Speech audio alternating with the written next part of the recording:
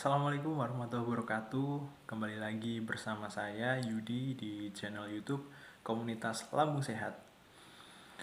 Teman-teman yang sedang menyaksikan video ini, saya doakan senantiasa diberikan kesehatan, diberikan kelancaran rezeki, serta selalu dalam lindungan Allah Subhanahu wa taala.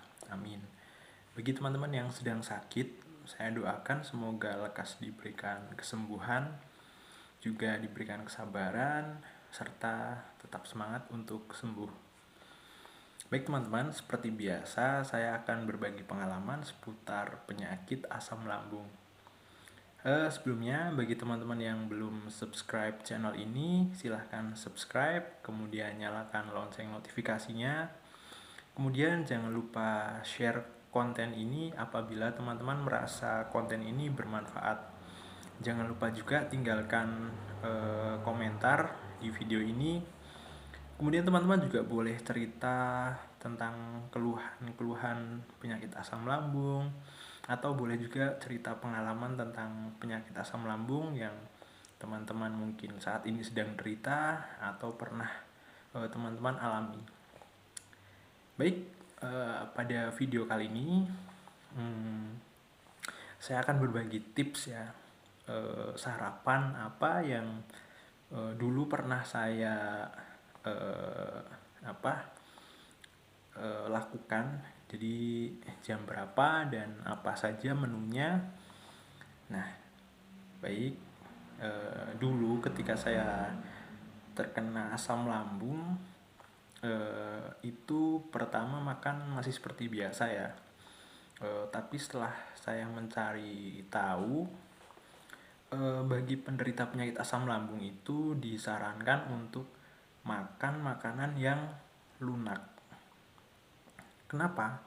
Karena penderita asam lambung berarti adalah lambungnya sedang mengalami trouble atau masalah atau penyakit di mana beban yang harus ditanggung itu sebaiknya dikurangi. Jadi kita harus makan makanan yang lunak untuk mengurangi beban pada lambung. Seperti itu.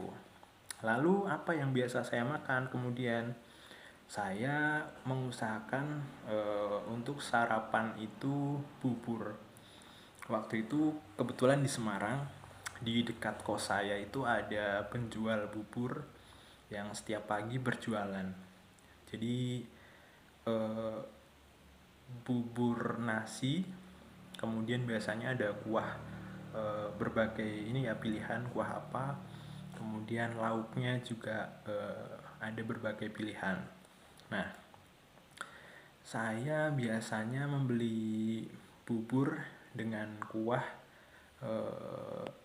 opor ya, kemudian lauknya itu tempe bacem dan bumbu kacang waktu itu. Nah, itu yang saya konsumsi. Kemudian kalau misalkan saya bosan atau tidak sempat membeli bubur, biasanya makan seperti biasa, menu seperti biasa, tapi dengan mengunyahnya sampai betul-betul lembut. Kemudian baru ditelan seperti itu. Nah, teman-teman juga usahakan untuk menambah itu ya, menu makan dengan sayuran ya teman-teman. Tapi jangan sampai atau usahakan jangan mengkonsumsi sayuran yang mengandung gas, seperti misalkan sayur kol atau brokoli dan lainnya. Jadi fungsinya sayur adalah dia mengandung serat yang cukup tinggi, jadi membantu proses pencernaan khususnya di dalam lambung itu supaya lebih mudah dicerna, kemudian beban di lambung tidak terlalu berat, dan kadar kalori di dalam sayur itu cenderung rendah. Jadi teman-teman gak gampang lapar seperti itu. Kemudian saya itu biasa sarapan itu sebelum jam 6 pagi, karena biasanya saya bangun pagi itu subuh atau setelah subuh, dan biasanya mengkonsumsi ramuan herbal ya yang saya racik sendiri, kemudian mengkonsumsi air hangat atau air panas, dan setelah itu biasanya lapar teman-teman. Saya nggak menunggu sampai jam 7 atau jam setengah 8. Kalau saya lapar sepagi mungkin ya saya makan seperti itu. Kemudian kalau ada buah-buahan, teman-teman juga usahakan mengkonsumsi buah-buahan. Jadi lebih baik teman-teman mengkonsumsi buah sebelum makan. Itu jauh lebih baik. Karena ketika kita mengkonsumsi buah, ada enzim-enzim yang dikeluarkan yang setelah itu mempermudah proses pencernaan ketika kita makan. Seperti itu. Nah, ketika lambung kita bekerja lebih ringan, otomatis perbaikan-perbaikan di dalam lambung akan semakin cepat. Seperti itu. Kemudian sama halnya ketika kita sakit, kita juga memerlukan istirahat ya, memerlukan pekerjaan yang tidak begitu berat.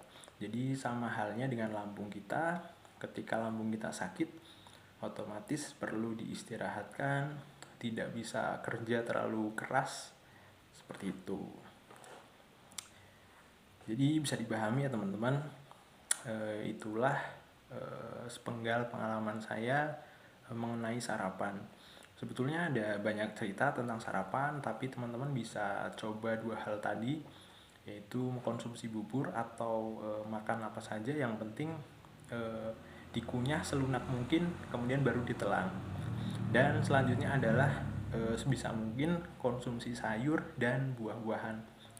Ingat ya teman-teman, kalau mengkonsumsi buah-buahan sebaiknya sebelum makan. Seperti itu. Baik, cukup dulu video kali ini. Semoga dapat bermanfaat. Wassalamualaikum warahmatullahi wabarakatuh.